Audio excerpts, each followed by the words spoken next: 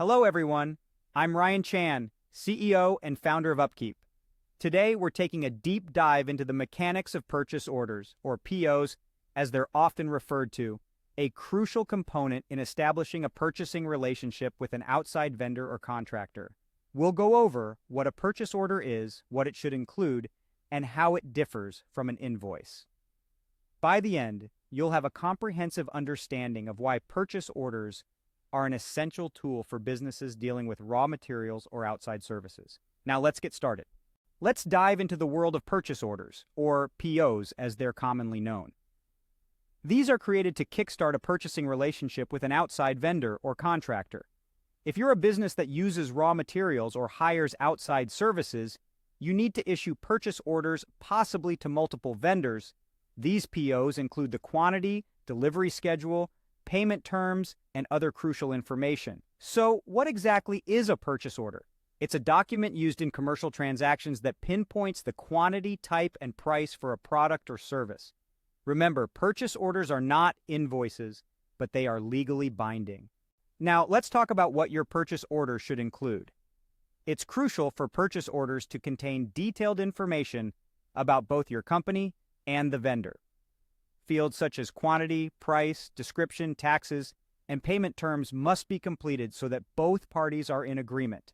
If discrepancies arise, the purchase order can be consulted for verification. First up, contact information. The name, address, email, phone number, and other contact information for both companies should be included.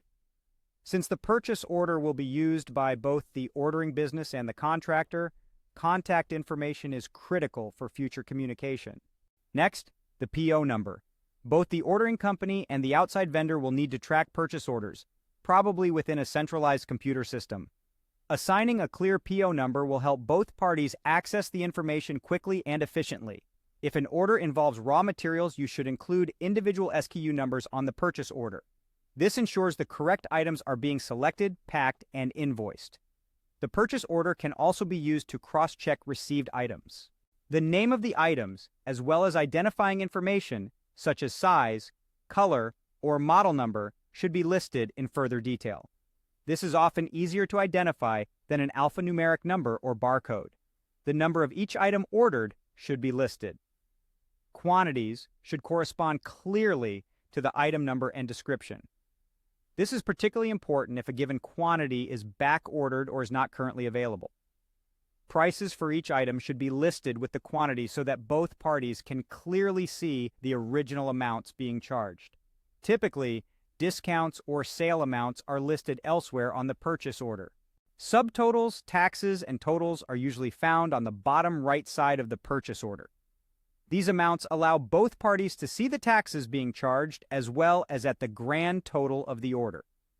If discounts are applied, they can be calculated in this area as well. Finally, the payment due date. Both the ordering company and the vendor should have determined payment terms during the contract negotiations. Listing the payment due date on the purchase order allows everyone to be on the same page. Both parties know when the invoice will be billed and when it should be paid. So, why do businesses use purchase orders? They provide a legally binding way to help both the ordering business and vendor keep track of orders. They are paper or electronic documents that can be created, filed, and accessed if disputes arise.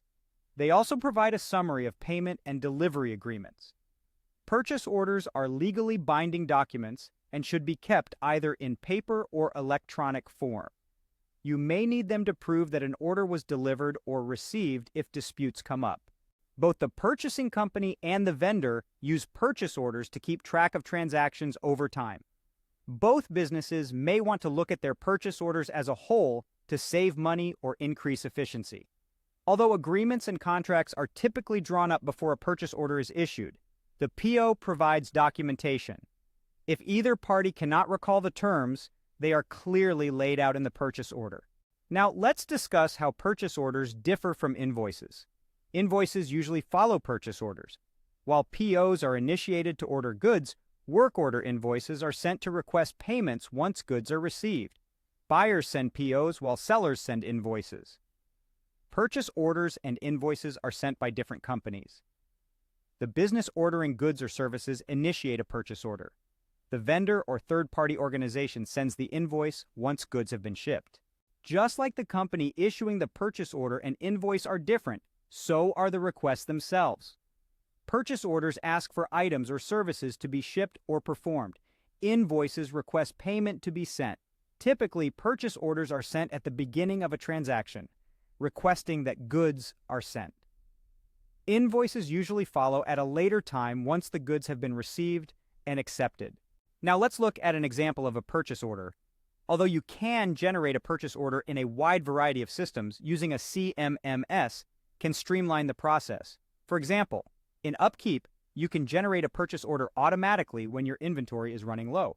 When a work order uses enough parts to trigger a low inventory warning, UpKeep can initiate a purchase order. In conclusion, purchase orders are critical to the operation of any business or organization that orders supplies, raw materials, or services. They contain important information for both the purchasing company and the vendor to understand, track, and fulfill the order. They are different from invoices as they are initiated by the company wishing to purchase items. Invoices, on the other hand, are sent by vendors selling items and sent after the PO, and items are received. Thank you for watching this video. We've covered the importance of purchase orders, their key components, and how they differ from invoices. If you found this video helpful, please subscribe to our channel for more insights on enterprise software. For more information about our products and services, visit us at upkeep.com.